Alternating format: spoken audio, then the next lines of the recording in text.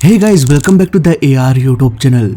और एक Japanese plane Tokyo के हैनेडा एयरपोर्ट में 367 पैसेंजर्स और 12 क्रू मेंबर्स के साथ लैंडिंग करने के लिए आ रहा था। जैसे ही ये प्लेन लैंड किया, उसके सामने रनवे पर एक दूसरा प्लेन दिखाई दिया और फिर हुआ एक जोरदार धमाका। ये हादसा कितना भयानक था, ये बताने की मुझे जरूरत नहीं है। बस ये समझ लीजिए कि आग इतनी भीषण लगी थी कि प्लेन का मेटल पार्ट भी गर्मी से पिघल गया। आज आखिर इतने एडवांस टेक्नोलॉजी होने के बावजूद भी कैसे इतनी बड़ी घटना घट गई, आइए पूरे केस को समझने की कोशिश करते हैं बिल्कुल ही आसान भाषा में आज के इस वीडियो में।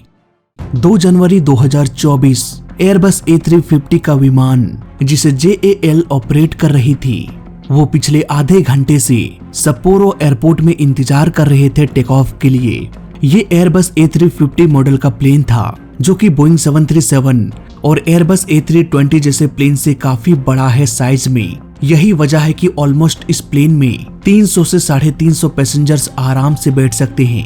एयरलाइन कंपनी इन सीट्स को अपने हिसाब से भी अरेंज करती है ताकि सीट्स की संख्या को बढ़ाया जा सके। यही वजह है कि जापान एयरलाइन में 350 से भी अधिक 379 लोग सवार होने लगे। इनमें से 8 बच्चे थे और 12 क्रू मेंबर्स।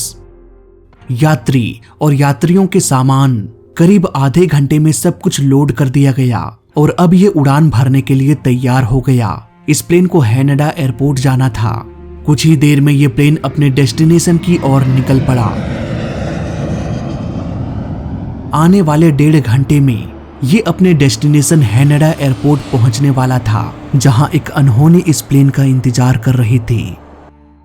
लेकिन जापान में इन सब के अलावा और भी कुछ था जो सही नहीं चल रहा था। नया साल जापान के लिए एक नई मुसीबत लेकर आई। जापान का पेनिनसुला शहर भूकंप के चपेट में आ गया। अभी तक 70 लोग मारे जा चुके हैं। लगभग 200 घर बिल्डिंग तबाह हो चुकी है। इस हादसे में हजारों की संख्या में लोगों को दूसरे जगहों पर शिफ्ट किया गया। ऐसे में खाने पीने की चीजों की बहुत कमी हो गई। इन सब की पूर्ति करने के लिए बहुत सारे हेलीकॉप्टर्स और प्लेन्स की मदद लिया गया। जापानीज कोस्ट गार्ड -8 ये प्लेन भी ऐसे ही एक सप्लाई मिशन भूकंप में पीड़ितों के लिए जा रहे थे। इस प्लेन में भी सामान लोड करके 6 लोगों के साथ रनवे 34 राइट की ओर निकल पड़े, जहां से उन्हें टेक ऑफ करना था। शाम के हल्के हल्के रोशनी में बेखौफ जापान एयरलाइन एयरपोर्ट के रनवे नंबर 34 राइट से अलाइन होने लगा। लेकिन उन्हें कहां पता था कि जिस रनवे पर वो लैंडिंग कर रहे हैं वहां पहले से ही एक प्लेन मौजूद है। जापान एयरलाइन फ्लाइट 516 सही सलामत लैंड कर गया। इसके 4 से 5 सेकंड्स बाद ही -8 प्लेन सामने आ गया और दोनों की जोरदार टक्कर हो गई। इतनी तेज आग की लपटें उठी कि पूरे एयरपोर्ट में रोशनी फैल गई और आसमान धुएं से काला हो गया। इस पूरी घटना को CCTV कैमरे ने भी रिकॉर्ड कर लिया।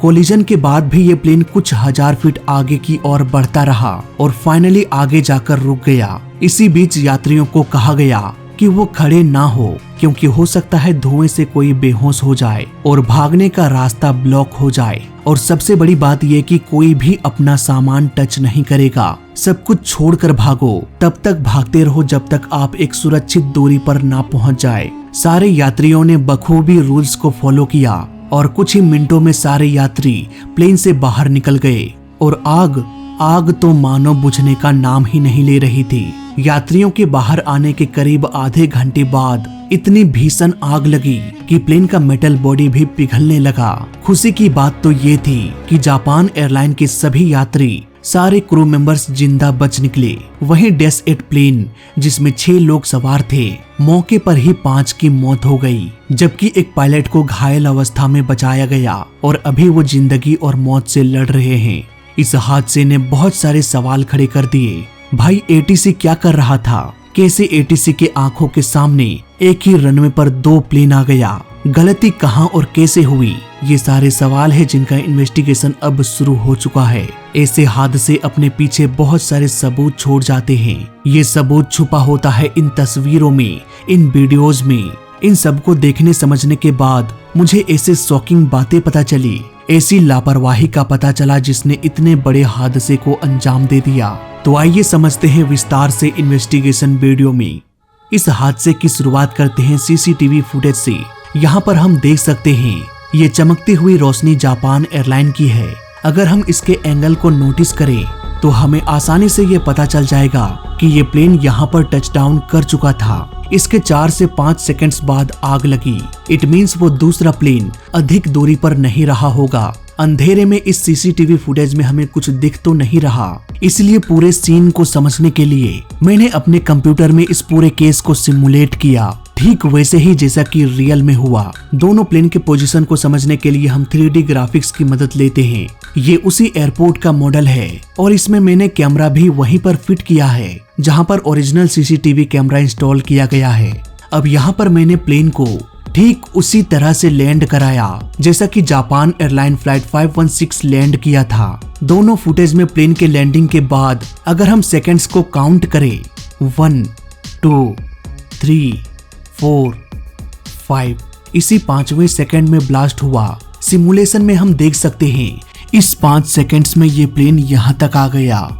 इट मीन्स -8 प्लेन ऑलमोस्ट यहीं पर रहा होगा और इसकी संभावना इसलिए बढ़ जाती है क्योंकि यहाँ पर टैक्सी वे है। इसी रास्ते से प्लेन रनवे तक पहुँचता है। इसके अलावा हम ये भी समझ सकते हैं कि -8 इस डायरेक्शन में मुड़ा होगा ताकि वो आगे जाकर टेक ऑफ कर सके और यहीं पर जापान एयरलाइन फ्लाइट 516 पीछे से -8 के साथ टकरा गया। नाउ अब हमें ये आइडिया लग गया कि जापान एयरलाइन कहाँ कैसे -8 से टकराया। नाउ अब हम समझते हैं कि गलती कहाँ हुई। दोस्तों, मुझे सबसे बड़ी गलती दिखाई देती है -8 और ATC की। -8 को भी टेक ऑफ करना था, इसलिए ATC ने उसे कहा होगा कि ठीक है आप रनवे की ओर जाओ और होल्ड करो, लेकिन इसका मतलब ये नहीं था कि वो टेक ऑफ प्रोसेस को शुरू कर दे। दरअसल ऐसे केस में रनवे के साइड में ही प्लेन को होल्ड करके रखना होता है। एक बार जब रनवे खाली हो जाए तब ATC से कंफर्म होकर टेक ऑफ के लिए आगे जाना होता है। लेकिन -8 बिना परमिशन के रनवे पर पहुंच गया। उधर जापान एयरलाइन को पता ही नहीं था कि रनवे पर क्या चल रहा है। रात के अंधेरे में हो सकता है कि वो -8 को भी देख ना पाया हो और यही वजह है कि इतना बड़ा हादसा हो गया। नाउ ATC पर भी कई सारे सवाल उठ सकता है कि उसके पास तो रडार होता है, वो अपने टावर से ही एयरपोर्ट में चल रहे सारे गाड़ियों को, सारे प्लेन्स को ट्रैक कर सकता है कि कौन सा प्लेन कहां पर है। तो फिर इतनी सारी जानकारी होने के बावजूद भी ATC ने इतने बड़े हादसे को होने कैसे दे दिया। दोस्तों, ये बात तो सच है कि आजकल के ATC टावर बहुत एडवांस हो चुका है। कौन सा प्लेन एयरपोर्ट के किस हिस्से में है सब कुछ ATC को पता चल जाता है। लेकिन कभी कभी यहाँ पर भी गलती हो सकती है। कैसे, आइए समझते हैं। सपोज एक प्लेन यहाँ पर है। अब ये टैक्सिंग करते हुए 1000 फीट आगे जाता है। ऐसे में ATC साफ साफ देख सकता है, लेकिन दिक्कत तब हो जाती है जब प्लेन का मूवमेंट बहुत कम हो। फॉर एग्जाम्पल, जिस प्लेन को यहाँ पर होल्ड करने के लिए कहा गया वो प्लेन वहां से 40 फीट आगे जाकर होल्ड किया। ऐसे में ATC इस 40 फीट के डिस्टेंस को मेजर नहीं कर पाता है। उसे लगेगा कि प्लेन वहीं पर है जबकि वो 40 फीट आगे खड़ा है। साफ शब्दों में कहा जाए, अगर प्लेन अपने जगह से थोड़ा आगे या पीछे भी हो तो रडार उतने एक्यूरेसी से नहीं दिखा पाता और ATC को लगता है कि हाँ, प्लेन उसी के आसपास तो होल्ड किया हुआ है। हैनेडा एयरपोर्ट के ATC को भी ठीक ऐसा ही लगा होगा। -8 को यहाँ पर होल्ड करना था।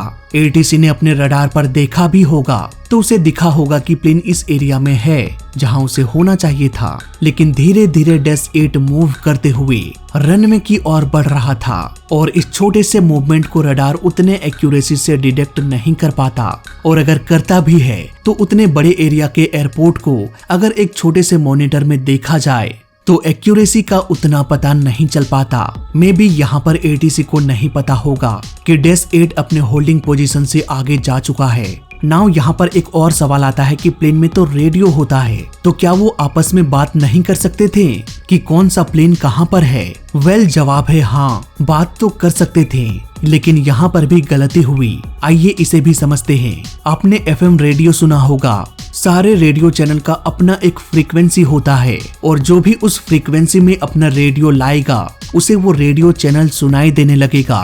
कुछ ऐसा ही एयरपोर्ट में भी होता है। हैनेडा एयरपोर्ट का ही एग्जाम्पल ले लेते हैं। यहाँ पर 3 रनवे है। मान लो कि 2 प्लेन सेम रनवे से टेक ऑफ करने वाला है, तो यहाँ पर एटीसी क्या करेगा कि दोनों प्लेन से बात करने के लिए वो सेम फ्रीक्वेंसी का यूज करेगा। मान लो कि वो फ्रीक्वेंसी है 101 मेगाहर्ट्ज। यहाँ पर दोनों प्लेन का पायलट अपने रेडियो में 101 मेगाहर्ट्ज को ट्यून करके रखेगा। ऐसे में दोनों पायलट एटीसी से और आपस में भी बात कर सकते हैं, यानी कि तीनों को पता रहेगा कि वो कहाँ किस डायरेक्शन में जा रहे हैं। लेकिन मान लो कि तीसरे रनवे पर एक और प्लेन लैंड कर रहा है। इस प्लेन को उन दोनों प्लेन से कोई मतलब नहीं, क्योंकि दोनों का रनवे एकदम अलग है। इसलिए ये जो तीसरा एयरक्राफ्ट है उसे अपने रेडियो को 101 फ्रीक्वेंसी में ट्यून करने की जरूरत नहीं है। वो अलग फ्रीक्वेंसी में एटीसी से बात कर सकता है। अब वापस आते हैं डैश 8 और जापान एयरलाइन के पास। इन दोनों प्लेन को सेम रनवे यूज करना था, इसलिए यहाँ पर एटीसी और दोनों प्लेन को एक ही फ्रीक्वेंसी में रेडियो कॉल करना चाहिए था, ताकि तीनों एक दूसरे से बातचीत कर सके और सभी को एक दूसरे का पोजीशन पता हो। लेकिन ऐसा हुआ नहीं। डैश 8 अलग फ्रीक्वेंसी में बात कर रहे थे, वहीं जापान एयरलाइन अलग फ्रीक्वेंसी का यूज कर रहा था। यही वजह है कि दोनों प्लेन के पायलट को एक दूसरे के बारे में पता ही नहीं चला और एक ही रनवे में दोनों प्लेन आ गया। नाउ अब आपको आइडिया हो गया होगा कि गलती कहां और कैसे हुई। अब बात करते हैं कि इतनी भीषण आग लगने के बाद भी सारे पैसेंजर सही सलामत कैसे बच गए। और सबसे ज्यादा पूछे जाने वाला सवाल कि फायर फाइटर्स ने आग बुझाने की कोशिश क्यों नहीं किया, क्यों वो हाथ पर हाथ धरे बैठा रहा।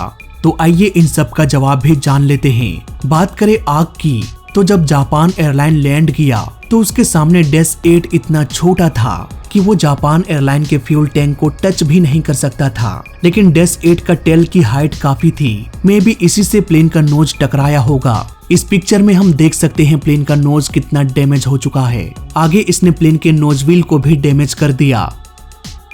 डैश 8 अभी अभी निकला था, यानी कि इस प्लेन के टैंक में काफी मात्रा में फ्यूल भरा होगा। इसी फ्यूल में आग लगी। इट मीन शुरुआत में जो आग हमने देखा वो आग डैश 8 की थी, न कि जापान एयरलाइन की। डैश 8 में लगी आग ने जापान एयरलाइन में भी आग भड़का दिया। लेकिन धीरे धीरे इससे फायदा ये हुआ कि यात्रियों को समय मिल गया भागने के लिए। अगर ये आग बड़े प्लेन के फ्यूल टैंक में लग जाती तो शायद कोई भी नहीं बचता। अब यहाँ पर क्लियर हो गया होगा कि इतनी भीषण आग लगने के बावजूद भी कैसे सारे के सारे पैसेंजर्स जिंदा निकल गए। नाउ अब आग बुझाने के प्रोसेस को भी समझ लेते हैं। अगर आपने सीसीटीवी फुटेज को देखा होगा तो आपने नोटिस किया होगा कि ये फायर फाइटर्स आग कम बुझा रहे हैं और खड़े होकर तमाशा ज्यादा देख रहे हैं। दोस्तों यहाँ पर ऐसा लगता है, पर ऐसा है नहीं। समझने वाली बात है कि इतनी भीषण आग लगी है। इस भीषण आग के सामने ये ट्रक कितना छोटा लग रहा है। ये अपने टैंक का सारा पानी भी डाल देगा तो आग नहीं बुझने वाली। इसके जैसे 20 ट्रक भी आ जाए तब भी वो सारे मिलकर आग नहीं बुझा पाएगा। लाखों गिलन फ्यूल भरा होता है भाई, इतना जल्दी नहीं बुझेगा। इसलिए बुद्धिमानी इसी में है कि पैसेंजर्स बच गए टेंशन फ्री। आग जल रहा है तो भाई जलने दो, कभी ना कभी तो बुझ ही जाएगी। हाँ, लेकिन आग को ऐसे जलाएं कि वो एक कंट्रोल्ड मैनर में जलता रहे, किसी भी तरह का ब्लास्ट ना हो। इसलिए फायर फाइटर्स ने बुद्धिमानी दिखाकर आग को बुझाने के बजाय आराम से इसे जलने दिया। यहाँ पर कुछ लोग कहेंगे कि भाई जापान इतना हाईटेक कंट्री है, इंटरनेशनल एयरपोर्ट है, तो फायर फाइटर्स की कमी कैसे हो गई। जापान को तो गाड़ियों की लाइन लगा देनी चाहिए थी। इतना पानी डालो कि आग ही बुझ जाए। अगर आप भी ऐसा सोचते हैं तो सबसे पहले आपके जोश को सलाम। लेकिन ये जोश तभी काम करेगा जब आप होश में हो। जरा सोच के देखो, तेज आग जल रही है, टैंक में भरा फ्यूल पूरा गर्म हो चुका है और इस गर्म तेल में पानी डाल दिया जाए तो क्या होगा। कभी घर में डाल के देखना तो पता चलेगा। खैर, मैं आपको बता दूं कि ऐसे केस में जहां आग फ्यूल की वजह से लगी हो, जहां गर्म फ्यूल पूरे जमीन पर फैला हुआ हो, ऐसे में कभी भी आग को बुझाने के लिए पानी का इस्तेमाल नहीं किया जाता, बल्कि इसके जगह पर फोम डाला जाता है। खैर, इस वीडियो में अभी तक के लिए बस इतना ही। घर बैठे बैठे बस इतनी ही जानकारी मिल पाया। उम्मीद है पूरा केस स्टडी आपको समझ में आ गया होगा। आगे जब 1-2 साल बाद इसका ऑफिशियल इन्वेस्टिगेशन रिपोर्ट आएगा तब भी इस फाइनल रिपोर्ट पर एक वीडियो बनाऊंगा। ऐसे इन्वेस्टिगेशन वीडियोस और देखने के लिए हमें सपोर्ट करें हमारे चैनल को सब्सक्राइब करके। फिलहाल वीडियो अच्छा लगा तो लाइक कर देना, बुरा लगा तो डिसलाइक कर देना, और दोनों ही केस में चैनल को सब्सक्राइब कर देना क्योंकि इस चैनल में सीखने के लिए बहुत कुछ है। तो मैं मिलता हूँ आपसे अगली वीडियो में, तब तक के लिए देखते रहिए और सीखते रहिए। जय हिंद, वंदे मातरम।